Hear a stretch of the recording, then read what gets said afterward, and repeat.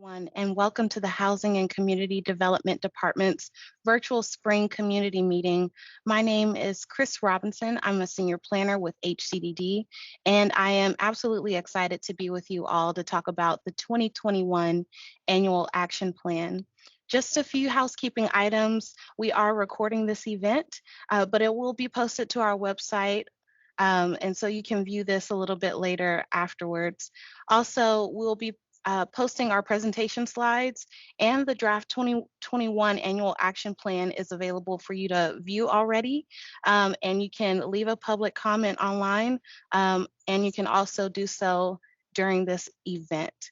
Also, if you don't mind, please make sure that your microphones are muted. They should be muted, but just monitor that for us so that we can hear everything that our speakers have to convey this evening. We're also asking for those who are joining us through Teams to limit the chat box to technical support issues and for those who would like to sign up for public comment later on in the evening. And lastly, I just want to thank everyone for joining us. So we'll first kick things off with a welcome from our director, Mr. Tom McCaslin, and then we'll have a presentation which will cover COVID-19 updates, information about our programs, estimated budget for PY 2021 or for the program year 2021, our anticipated accomplishments as well. This presentation will hopefully provide some sort of a basis for you to make a public comment during the public hearing portion. And just so you know, all of the public comments that are made tonight will be recorded and addressed in the action plan. After the presentation, we'll have the public hearing portion, so please stay tuned for that.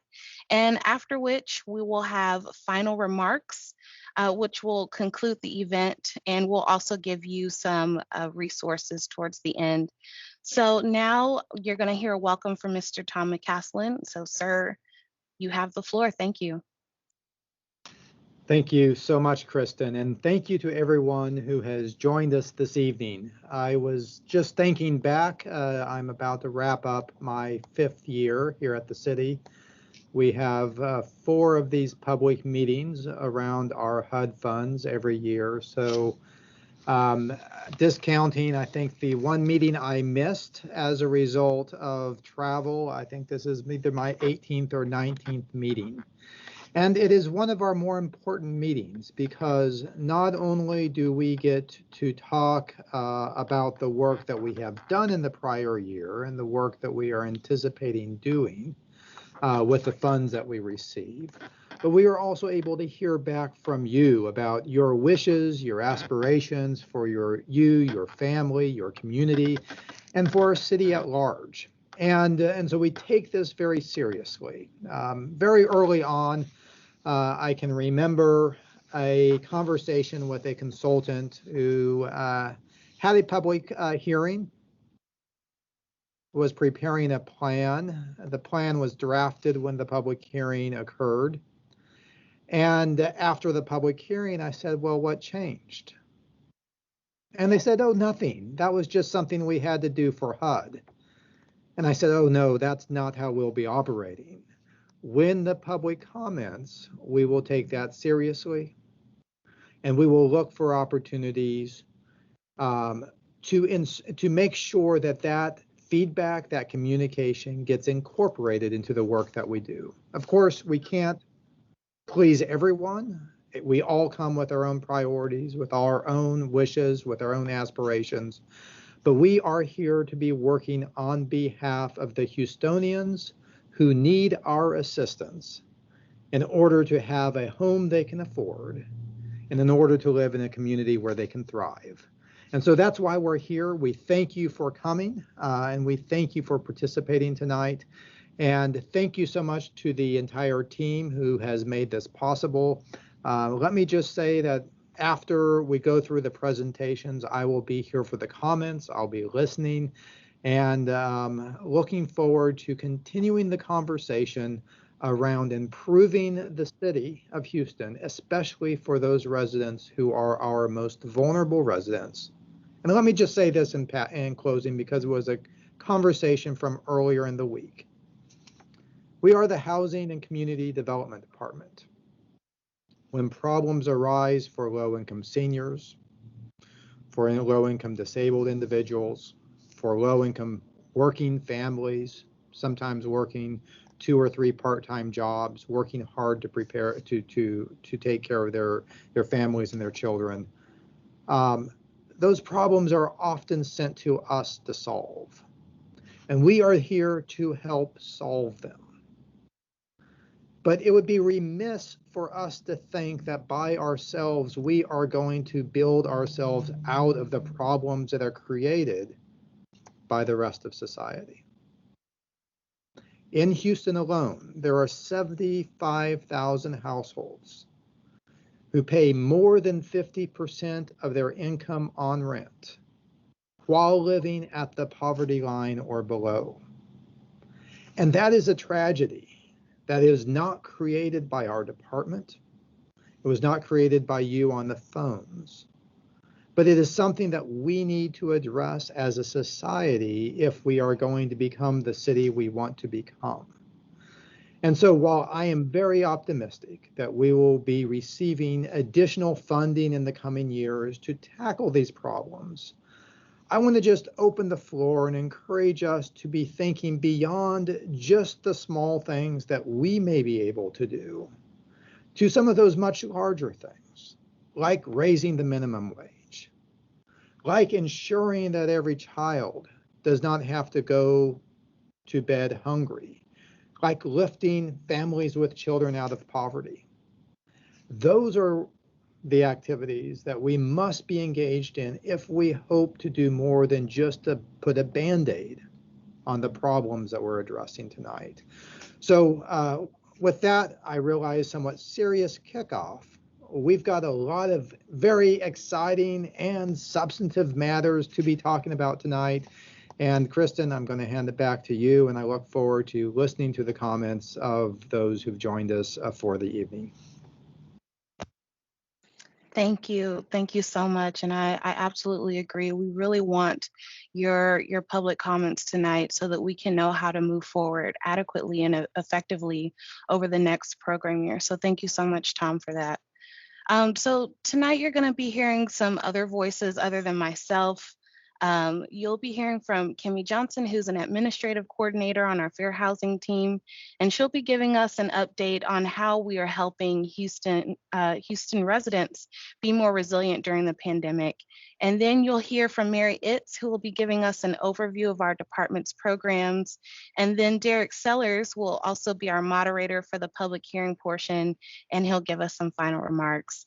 But right now, let's talk about the purpose of our 2021 virtual spring community meetings and why these public hearings are so important. So as mentioned earlier, the 2021 Annual Action Plan is a plan that we develop every year, and it sets these strategies that we have for addressing Houston's housing and community needs.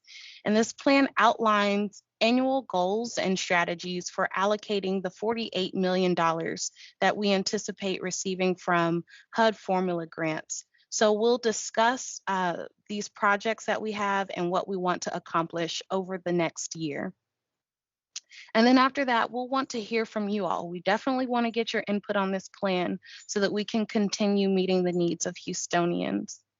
And I also want to just carve out a little bit of time to say how much I truly miss having these meetings with you all in person. Normally we would talk and mingle and have interactive discussions and activities, especially to get your input.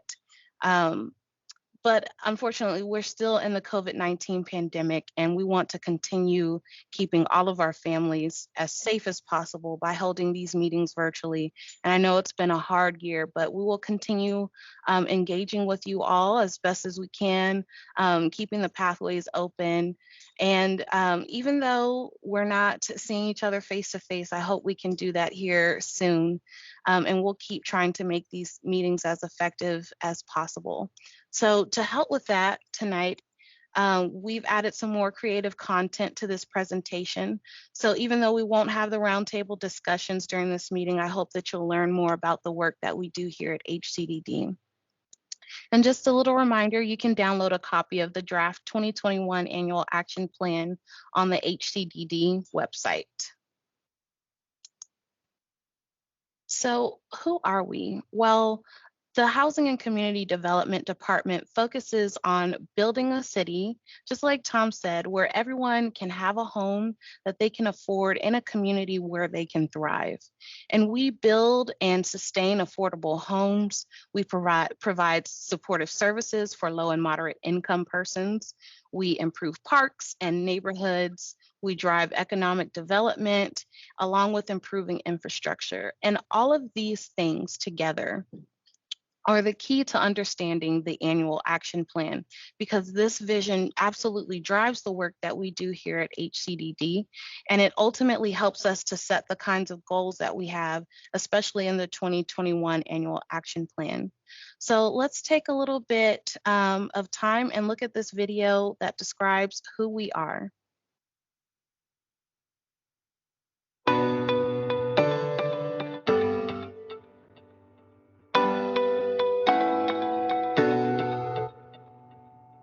A lot of people are wondering, what exactly is the job of the Housing and Community Development Department? As one of the fastest growing cities in the United States, Houston is adding people and opportunities every day, but we need to make sure that we're growing together. Our department works to create housing opportunities that people can afford in the communities that matter to them. For a lot of our downtown workforce, we're working on keeping affordability close by, with multifamily developments like the new Hardy Yards apartment homes. For communities that have spent generations here, we're stopping families from having to leave because of rising housing prices. We're building new homes in Houston's complete communities and repairing homes that have been damaged by wear and weather. We want our residents to have a safe place to live and gather their families. But community isn't just about the roof over your head. We also sponsor hospital branches, community centers, libraries, and more. We support the great work of organizations like Avenue CDC and Coalition for the Homeless, which are giving our residents the services that will improve their lives. We envision a Houston where everyone has a safe, affordable home in a community where they can thrive. For more information, please call us at 832-394-6200 or chat with us on your favorite online platform.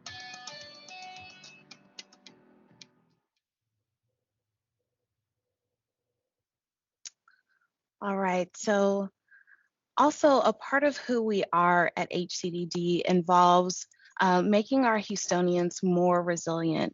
And we normally talk about this in terms of a natural disaster, but we're also talking about this now in the context of the COVID-19 pandemic.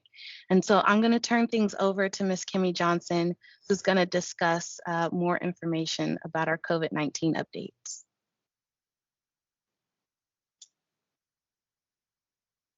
Thank you, Kristen. Good evening.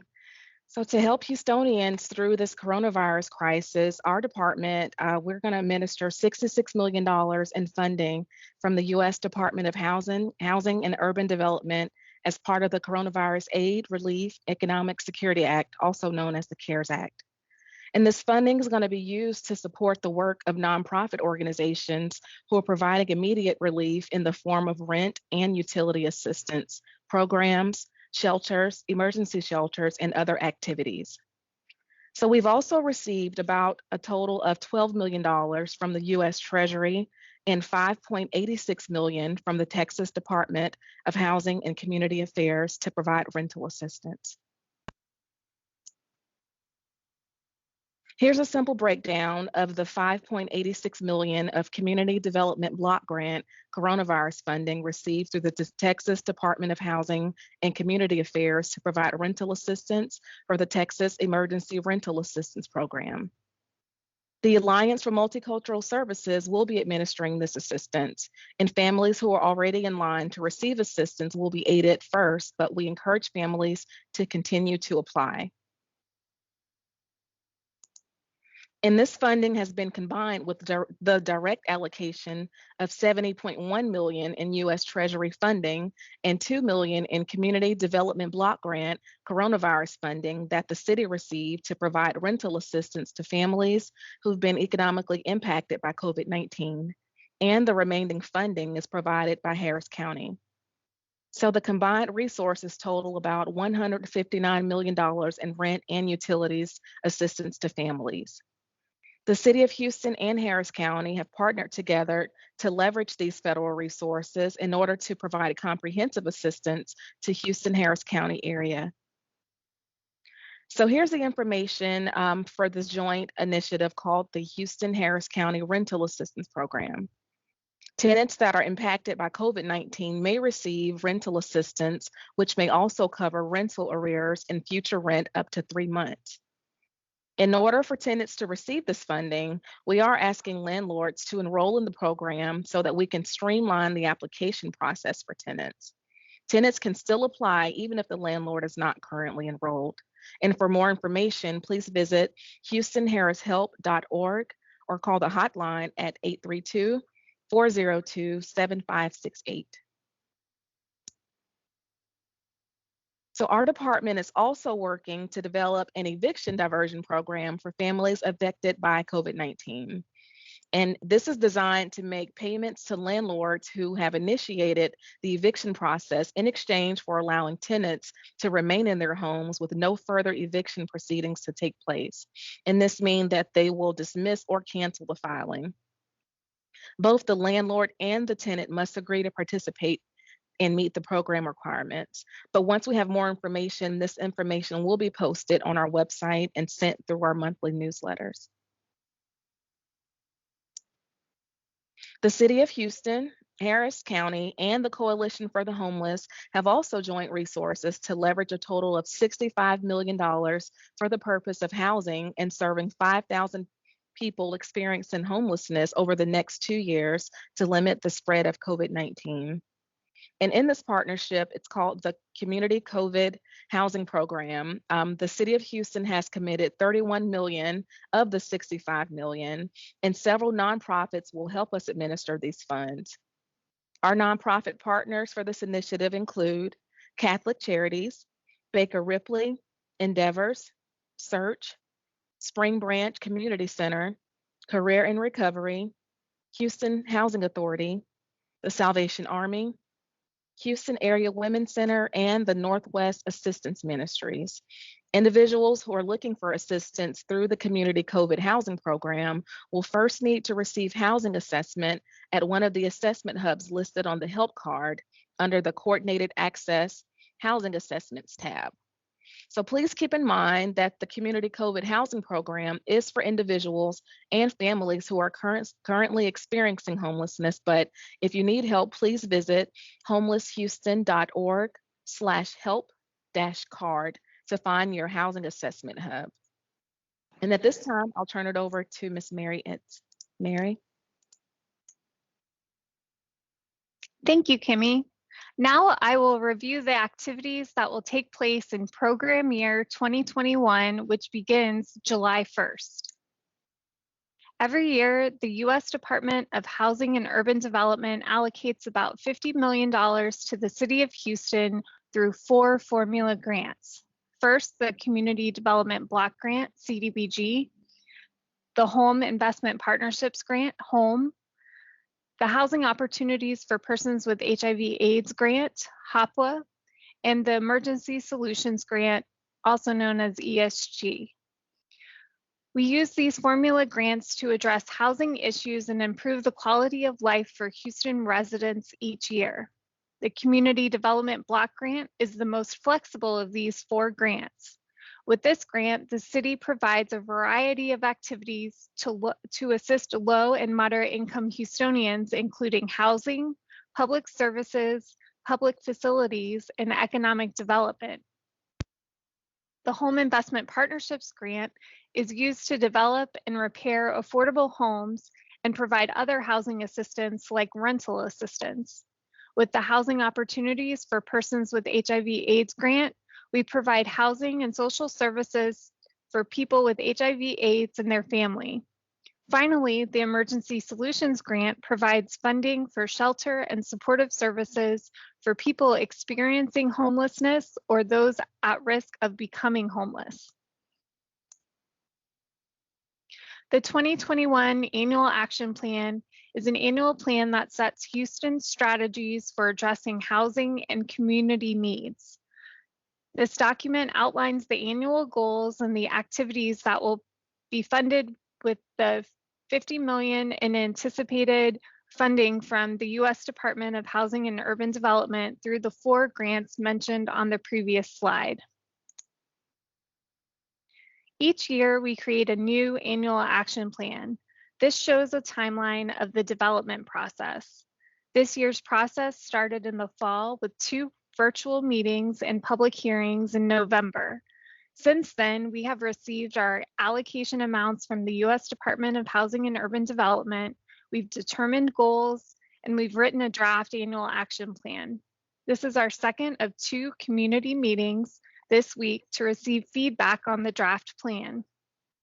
We have also published the draft plan for 30 days, which will end April 16th, and we hope to receive feedback from the community about the plan during this time. We will incorporate comments received, and then we will seek City Council approval and submit the annual action plan on time in May. Now I'll review some of the activities that we anticipate to continue this next year. The Home Repair Program evaluates damaged homes and helps make repairs needed to protect a homeowner's life, health, and safety. You may be eligible for home repair services if you meet 5 basic criteria. You must own your home must be your primary residence, your property taxes are current, or you have an approved payment plan in good standing. Your household income is at or below 80% of the area median income, and your home is located outside the floodway. If you believe that you're eligible for home repair assistance, please go online and complete the Home Repair Program intake application at houstontx.gov/housing/home-repair.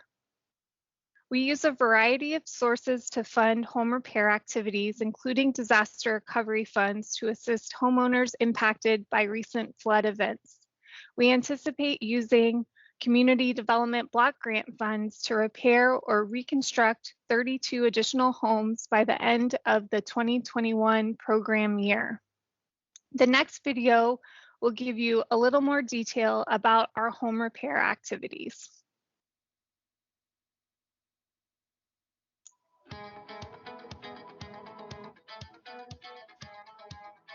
The City of Houston's single-family home repair program does exactly what the name suggests: repair and rebuild the houses of homeowners in need. We prioritize serving low-income people with specific needs and vulnerabilities, including seniors over the age of 62, people with disabilities, and people whose current homes pose an immediate threat to their health and safety. On average, the city is able to complete about 100 homes each year through this program, providing stable living conditions and much-needed peace of mind to community members. See photos of completed homes and the success stories of our applicants at bit.ly/home-repair-photos, or learn more at our website, houstontx.gov/housing. In addition to supporting homeowners through our home repair activities, we also create homeownership opportunities for low and moderate income Houstonians through a variety of programs. We build new affordable single-family homes through the New Home Development Program funded through disaster recovery funds and other local funding sources. We also partner with designated nonprofit organizations called CHODOs, which stands for Community Housing Development Organizations, to build additional affordable single-family homes, which is funded through the Home Investment Partnerships Program. We also have a home buyer assistance program, which supports income-eligible home buyers purchase their first home with up to $30,000 of down payment and closing cost assistance.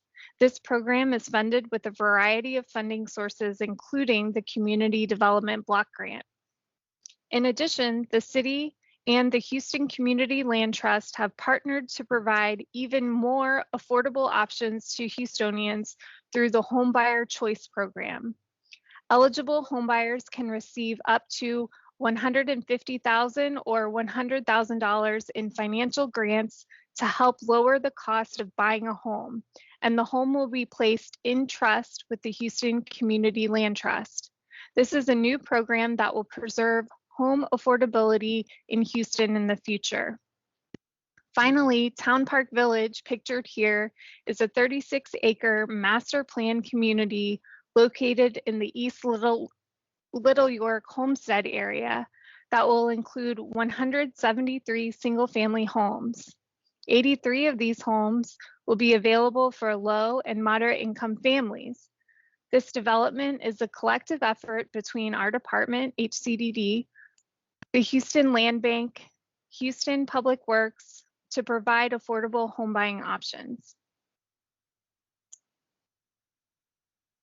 Our department also funds development and rehabilitation of multifamily rental homes in neighborhoods throughout Houston.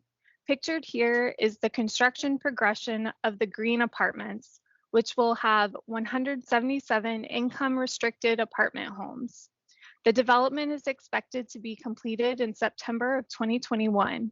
It will have on-site support services and activities like a health and nutrition program, computer training, job training, and parenting classes. In addition, our department also funds the development of rental homes that might be specialized for a particular group of people, like residents experiencing homelessness. The next video shows a recently completed development for Houstonians recovering from addiction. This was developed by the Recenter and includes 62 single-room occupancy residences with support services. The next video will give you more information about the Recenter.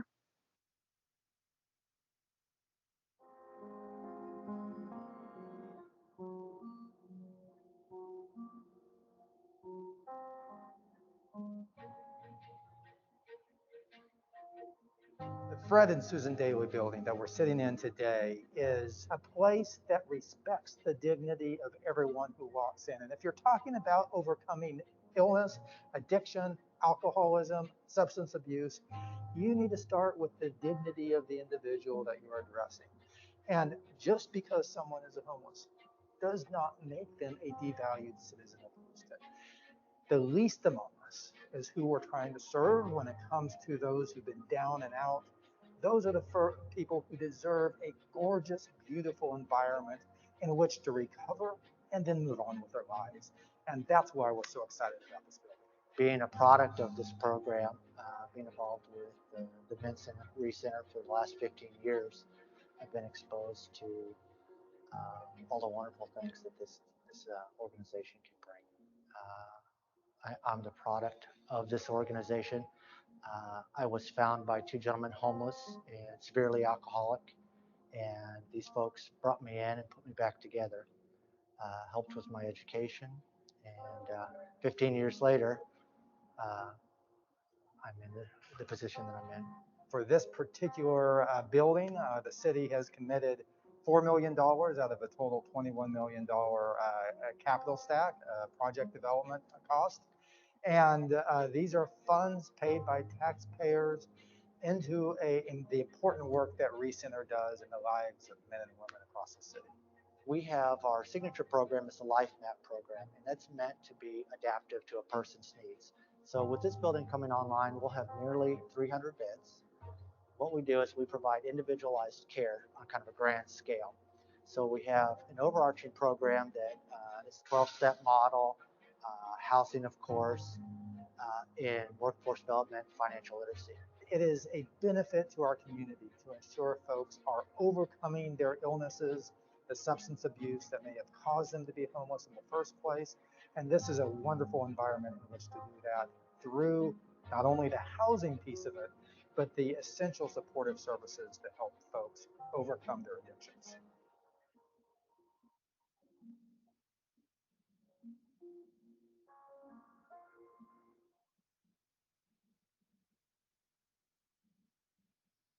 We fund the development and rehabilitation of multifamily rental homes through a variety of funding sources.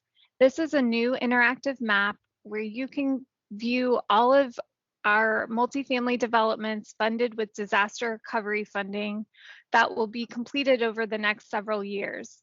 Each of these developments will have homes that are rent restricted to maintain long-term affordability throughout Houston. If you have a few minutes, please take a look at this map. There are over 30 multifamily developments, and the map gives you a breakdown of each development, including the total cost, the city's contribution, the total number of homes, and a description of the property, and also the affordability period. Most have an affordability period of 40 years. This map only shows the developments funded with disaster recovery funds, but it is a good example of how our work impacts neighborhoods throughout Houston. To foster healthy communities, our department supports the creation or rehabilitation of neighborhood amenities such as parks, libraries, clinics, and community centers through public facilities activities. These are examples of a few recent public facility developments. Recently completed, the Tilo Market is a new grocery store in the 5th Ward. It was funded with Community Development Block Grant funds and Economic Development Initiative funds. The store helps bring fresh food and produce and an on-site tortilla factory to residents, along with 71 jobs. The East End Maker Hub is currently under construction and will be a hub for new startups, allowing businesses to lease collaborative space in a 300,000 square foot warehouse in the 2nd Ward.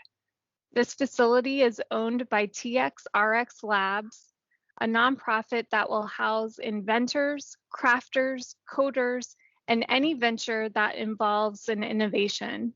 The apprenticeship program is intended to equip residents with a range of skills to access higher paid employment. The next video highlights the importance of the East End Maker Hub.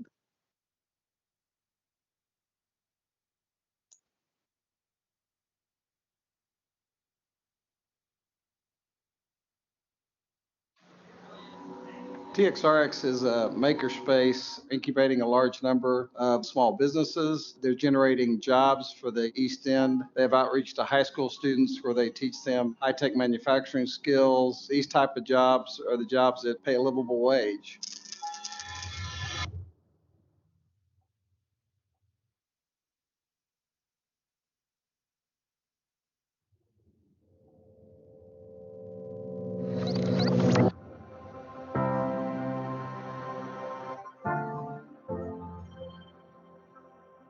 When coming over here from my house, I generally see this neighborhood that is between the state of disrepair and cozy, comfortable. Vacant spaces represent unrealized dreams. A thriving community requires not just housing, but jobs, businesses, and retail that supports the entire community.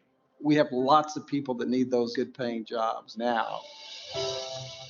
This new space is going to be home to the new wave of small batch manufacturers in the Houston area.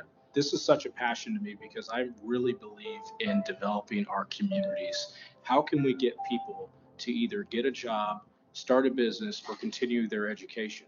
Well, this facility allows the opportunity for them to do all of those things. Manufacturing is one of the few industries where you can go from low income to middle income wages through training without a higher education. And so we thought this was particularly impactful in an area where median household income is only about $37,000, and a large number of kids that are graduating from high school are making minimum wage because they're not college bound. I get excited to come into TXRX Labs every day because of who I might meet. And so the Maker Hub provides an amazing opportunity for that search, that discovery to expand. We really love the East End because there's so much potential here. It's fantastically situated. TXRX is providing the training that we need to fulfill that labor shortage. It is great for our industry and it is great for our economic development here in the city. I grew up in Mexico, And I came over to the US when I was 1 year and 8 months. My family wanted a better opportunity.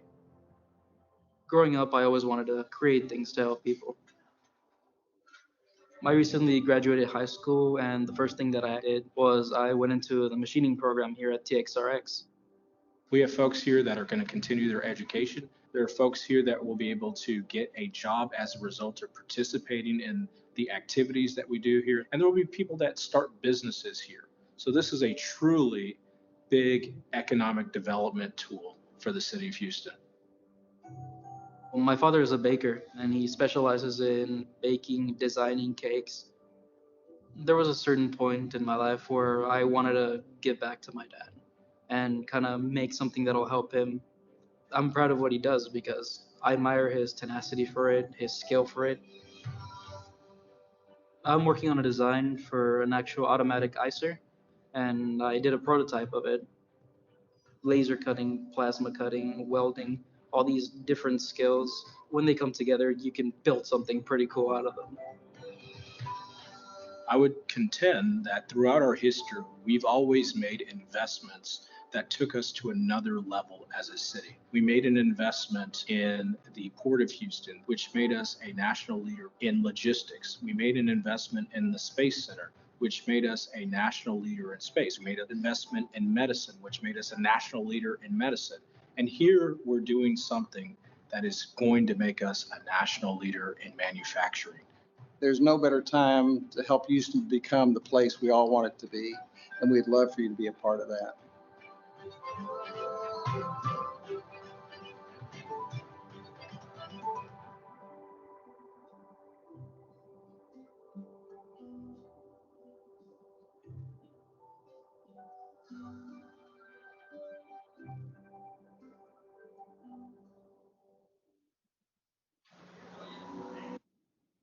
TXRX is a makerspace. Over the next year, our department will continue to fund nonprofits that provide essential services to Houstonians.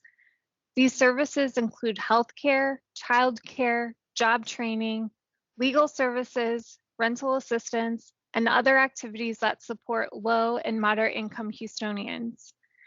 We also fund services to prevent homelessness and provide housing services to individuals with HIV, AIDS, and their families. This slide shows a few of the nonprofit organizations and other city departments that we partner with to provide these public services throughout Houston.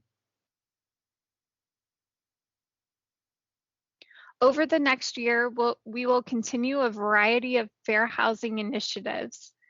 On March 30th, next Tuesday, we'll host the second Fair Housing Workshop for landlords and property managers this month. We will provide fair housing information for free to landlords and housing providers and have 2 attorneys on hand to answer fair housing questions. Don't forget, April next month is Fair Housing Month, and we will provide a lot of fair housing information through our social media channels. This will include a short interview with Danielle Bustamante from the Greater Houston Fair Housing Center about his work. Please join our social media networks to learn more about fair housing. We also anticipate continuing funding nonprofit organizations and advocates to promote fair housing information in their communities throughout Houston through the Fair Housing Preparedness and Outreach Program and the Fair Housing Ambassadors Program. More information about these programs will be available this spring and summer. I will now pass it off to Kristen Robinson to discuss the budgets and the annual action plan. Awesome. Thank you so much, Mary. That was a lot of great information. So now I'm going to break down the 2021 budgets for all of our entitlement grants, and that parallels directly with the programs that Mary just discussed. And I'll also cover the corresponding goals for each of these programs under their respective grants. Every year, we budget funding for specific programs and activities based on the money that HUD has allocated to the City of Houston. And on February 25th, HUD has posted its 2021 allocations for the City of Houston. And the budgets on the following slides are based on the information or the allocations that HUD has granted to the City of Houston. The total entitlement grant allocation is about $47.9 million, and this includes the Community Development Block Grant, the Home Investment Partnership Grant, the Housing Opportunities for Persons Living with AIDS Grant, and the Emergency Solutions Grant. If we include the program income from the activities through the Community Development Block Grant and the Home Investment Partnership Grant, the total anticipated funding is about $48.2 million. The Community Development Block Grant totals about $24.8 million. We have about $10.4 million for the Home Investment Partnership Grant and another $10.8 million for the Housing Opportunities for Persons Living with AIDS Grant, and also $2.1 million for the Emergency Solutions Grant. And again, the following budgets for HCDD are based on these grant allocations from HUD. So let's dive into these budgets and goals. And this is the more dense part of the presentation. So please hang in there as we comb through all of this information. Based on our 2021 HUD allocations for the Community Development Block Grant, which totals an estimated $24.8 million, we have budgeted the following: $5.5 million for home repair and remediation services, another $5.5 million for public facility improvements, about $4.6 million for public services, together with housing services and the Emergency Solutions Grant match. Code enforcement will also fund activities totaling approximately $3 million and home buyer assistance totaling $900,000. We've also allocated $75,000 for lead-based paint activities, and we anticipate expending about $100,000 to fund prior year economic development projects that will continue through 2021. And we've also budgeted $4.9 million, which has been set aside for program administration costs. So through this $24.8 million for the Community Development Block Grant, we've anticipated the following goals for 2021: providing public services to about 18,500 households, improving at least one public facility, performing 32,000 code enforcement visits, removing lead hazards from about 50 homes, repairing or reconstructing a total of 104 homes, and providing direct financial assistance to 25 low and moderate income home buyers.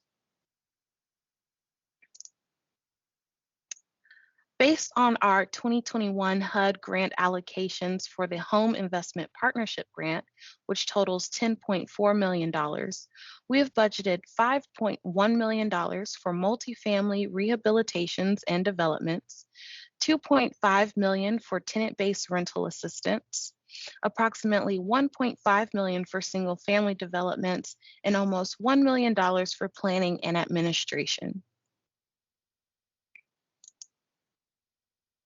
So in 2021, through the $10.4 million of the Home Investment Partnership Grant from HUD, we expect to provide rental and utility assistance to about 200 persons who are homeless or are at risk of homelessness, developing 10 affordable single-family homes, and constructing 62 new affordable rental homes. Based on our 2021 HUD grant allocations,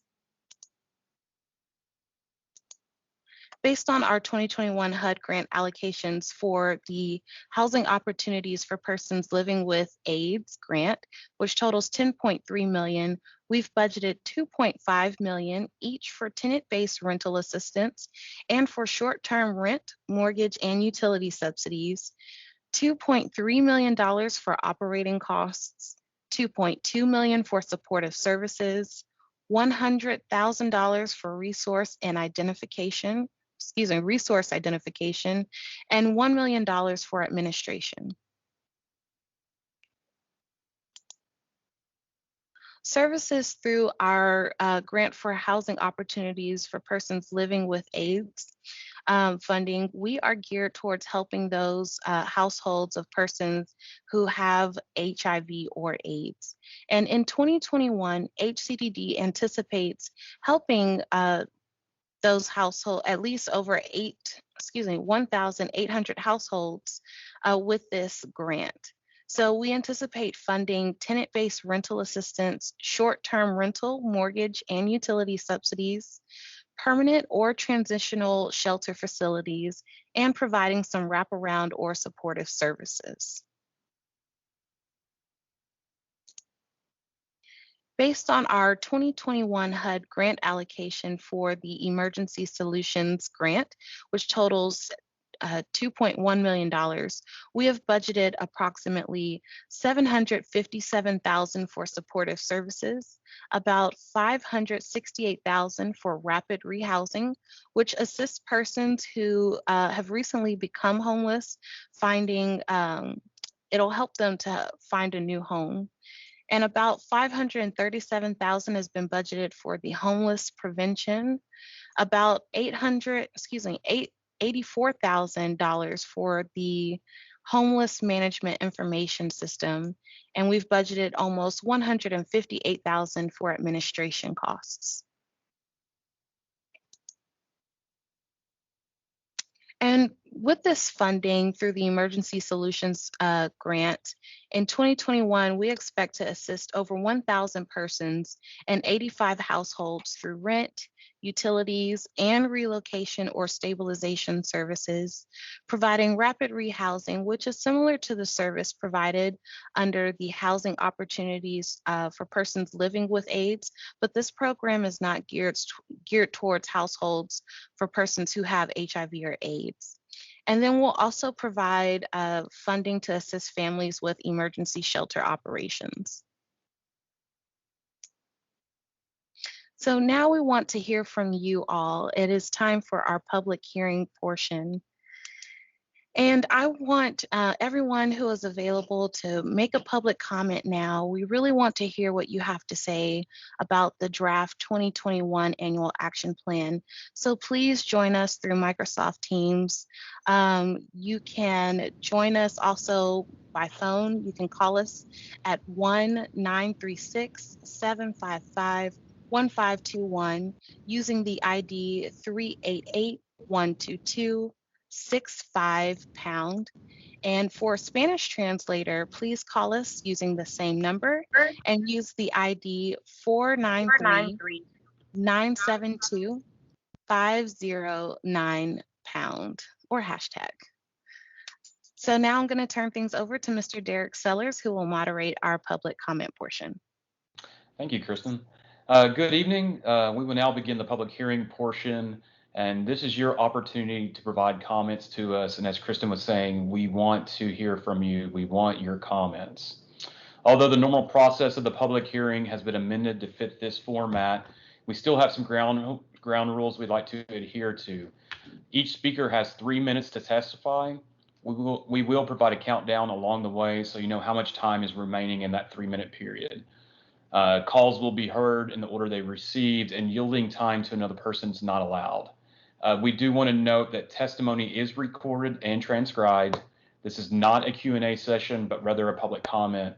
And summaries of the comments will be and responses will be included in the final action plan in our submission to HUD. How this will work is we will unmute you or ask you to unmute yourself. We'll call once we call your name, and then we'll ask that each commenter clearly state their name for the record, and then they will begin their 3 minutes. We'll start with those that signed up ahead of time, and then after that, we'll go into those here on Teams by raising your hand, and then we'll also move to those by phone, and so I'll alert you once we kind of move through that process.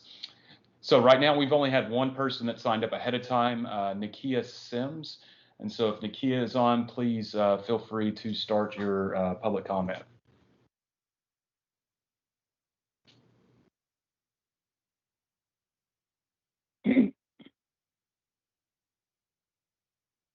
And Nakia, you may be on mute, so just to check that, just to make sure if you're on here.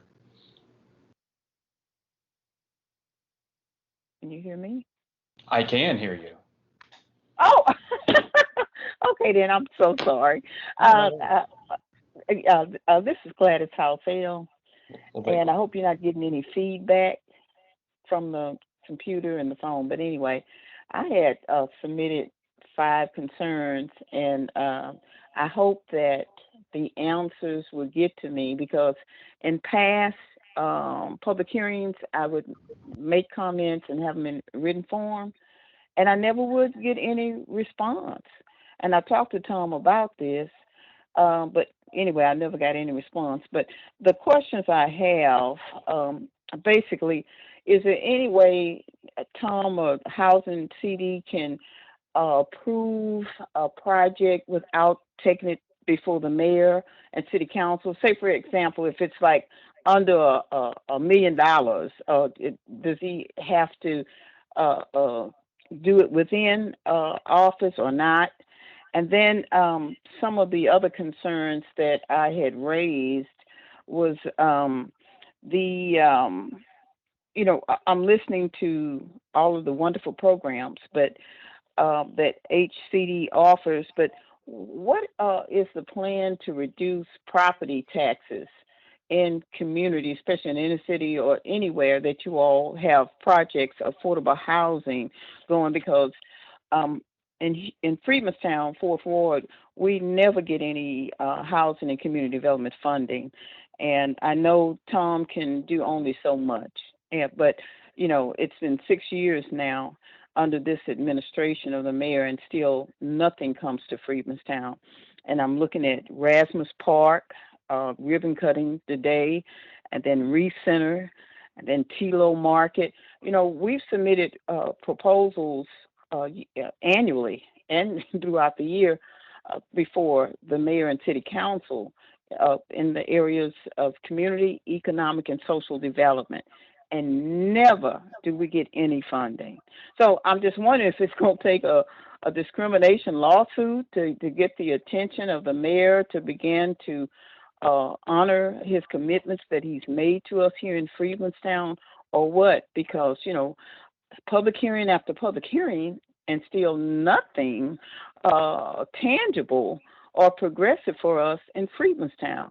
So I just want to make these concerns known, and I know you cannot respond to them now, but I do hope to get a written response from Housing and Community Development. And thank you so much. Thank you, Ms. Wise, for your testimony, and I do note the questions you put into the comments as well. So we'll work on that. We have another person that has their hand up for a public comment. The phone number is ending in 9961. So if you want to take yourself off mute, say your name, and your 3 minutes will begin.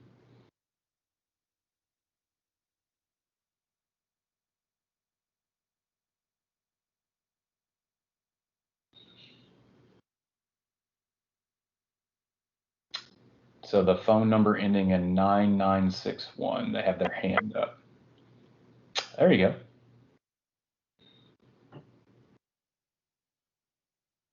Hello?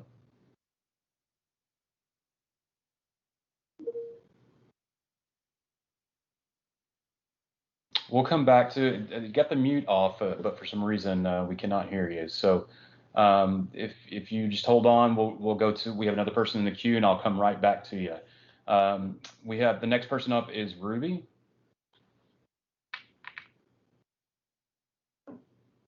And if Ruby, if you can take yourself off mute and speak your name, say your name, and then your time will start. Okay, I pushed the wrong one. I pushed video instead of audio. I do that Okay. all the time. Okay. I'm Ruby Glass, and I'm from Acres Homes. And I just want to make a few observations. This is my first time actually attending one of these meetings. I'm very active in Acres Homes, and I was very surprised to see so many programs, and a number of them we have already taken advantage of, but we still have a long ways to go as far as housing for individuals who find themselves to be homeless or almost homeless. Uh, we're building a better communication network here in Acres Homes to try to get uh, included informations that are being distributed out of the city of Houston and various levels, and housing is no less one of those. And I'm interested to know who your Acres Homes contact is, and if you don't have one, how do we go about becoming advocates for individuals that we know here in our community that are experiencing, especially now, the threat of being evicted or they've already been evicted. Our homeless population is increasing down here, and I'm seeing them. I just don't want to see them break out the tents. When they're already living in shacks and whatnot. But I really want to know what the communication is from the city, from your organization to Acres Homes. I want to know who is our contact with you, if there is one, and if not, uh, I would like to get information on how to become one. Like Tom McCaslin mentioned about devalued citizenry, um, that happens here more often than not, and we don't want that anymore. We're also interested in building, just like the other training programs, we certainly want to see our youth and our individuals on this side of town take advantage of things like the East End Maker Hub. So I'm interested to get more information and communication. Um, we want to make sure that the information that is being distributed can actually hit ground zero down here and get get some support. Some of the things that we want to do for our community because we're gentrifying, and that's not a bad thing for us. We welcome, but we definitely don't want to be consumed or absorbed. So that's all I have to say, and I hope to hear back. You can use my phone number, or I can give my email address. Just tell me what you need. Thank you. Thank you, Ms. Ruby. And we have members of our policy and communications team on here, so I know that they'll be reaching out to you, maybe to pass along some ways that they could connect about what's going on, from our perspective, how's community That'd be development. great. Thank you. I appreciate it. So let's come back to that phone number. The last four was 9961. It shows you're off mute. You got your hand up. Are you available?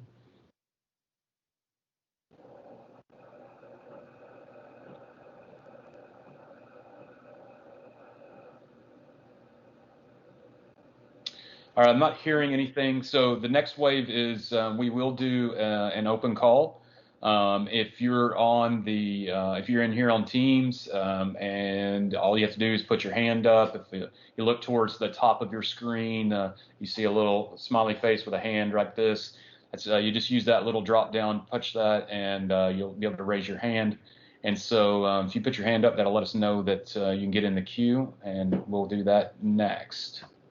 So we'll give it a minute or so and see if anybody wants to provide their testimony this evening. Derek, while we're waiting on that, could I just say one thing about the emergency rental assistance that ties into one of the comments in the presentation that was given before about the COVID assistance. The HoustonHarrisHealth.org website was referenced. If you go to that website, you can click at the top where it says Navigators, and it will give you all of the navigating agencies that have been funded either by the city or the county. There's a map that shows where they are, so you can find the one that's closest to you and drill down. All of the contact information is there, both in terms of phone numbers, address, as well as the email address. And we don't yet have it up, but early next week, specifically around the issues of eviction, we should have a nonprofit signed up, very specifically focused on folks who have received notices to vacate and are in the process of eviction. And so that nonprofit will be focused there. As soon as it's up and ready, they'll be listed on this website as well. So lots of good resources, not just in terms of submitting an application, but also in getting additional resources, including the legal resources that are necessary to make sure that you stay stably housed in what is hopefully the waning month, the last few months of this pandemic. Back to you, Derek. Thanks, Tom.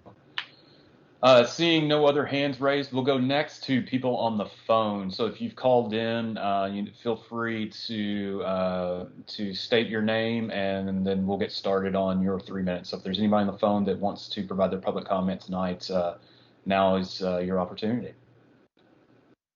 All right. Well, it looks like we've had everyone that wanted to comment. They've been given the opportunity, so that's going to conclude our public hearing portion of the evening. So, Kristen, you want to pick up the next step?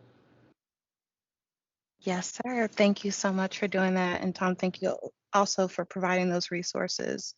I also want to acknowledge everybody who joined us through Facebook Live and also is watching on HTV. Thank you so much for joining us. If you weren't able to participate tonight, you can still comment. We are accepting comments through April 16th. You can go online to houstontx.gov/housing. You can also email us at hcddplanning@houstontx.gov. If you would like more information as well. And you can mail us your comment. Our address is 2100 Travis. We're at the 9th floor in Houston, Texas, 77002. You can also leave us a voicemail at 832-394-5400.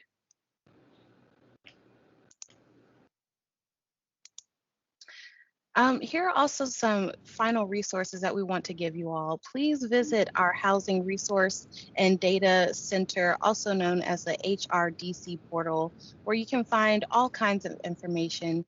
We've created interactive maps and we've provided data sets, research reports, and journal articles. So if you're looking for data or research about Houston, you can find a lot of that information here. You can geographically look at your city council district, your super neighborhood. You can look at flood hazard areas, and you can also look at what kind of areas are concentrated with low and moderate income, or who's socially vulnerable in certain areas. You can also pull data sets that we use in our work. You can download and analyze them yourself. So there are just some really cool things here to play around with at this website. So please take advantage of it and look at it when you have a moment. And as always, we are continuing to actively engage with our Houstonians in sharing information about fair housing. And here's an opportunity for our landlords and our property managers to take part in a free virtual workshop that we're hosting, which will talk about fair housing, evictions, especially during the COVID-19 era, and some other tenant landlord related matters. And we have some special guests who are subject matter experts on the legal side of fair housing. So please join us on Tuesday, March 30th at 10 a.m. And don't forget to register on our website. Also, if you haven't already done so, take the My Home is Here survey. It's a joint initiative between Harris County and the City of Houston. It's an initiative for us to find out what home means to you, and this survey takes about 10 minutes to complete. So please go online to myhomeishere.org and take the survey today.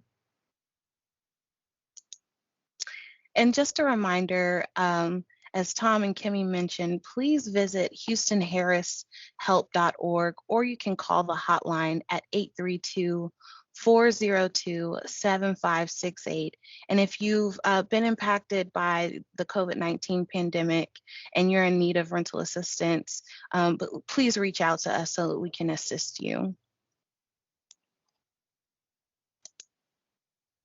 And with that, before I go, I want to make sure that Mr. McCaslin, you don't have any final remarks to give us. I'm sorry I didn't open the floor to you again. Is there anything you would like to add?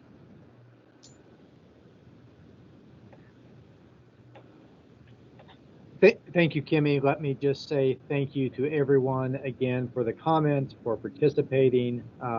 Whichever community you are in, if you feel like you've been forgotten, we want to be your advocates. We want to fight for you. We know we can't do it alone, and we desperately need your voices as part of the conversation. And hopefully tonight was the beginning of some of that. Let me say thank you to all of the staff who worked so hard to make tonight's event possible. Thank you to both of the interpreters who are here. I guess all of the interpreters who are here, both our sign interpreters and our language interpreters on the other line. And finally, let me just say, we know that we are strong partners with so many nonprofits without whom we could not be doing this work.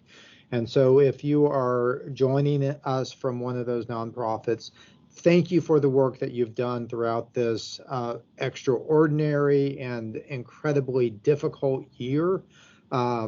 We hope that things improve quickly.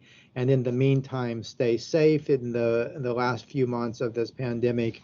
Wear your mask, wash your hands, and as quickly as you are able, make sure you get that vaccine. And we hope that very soon we can be having conversations about how we improve our communities around those tables we were gathering around a little over a year ago. And with that, let me just hand it back to Kristen, and thank you so much for spending a part of your evening with us. Thank you, Tom. So everyone, it has been my pleasure having you all with us. I'm very happy that we had some public comments tonight, and we'll definitely include those in our action plan. So please stay tuned for the final draft. And if you haven't already, please sign up for our monthly newsletters and follow us on Facebook, Instagram, and Twitter.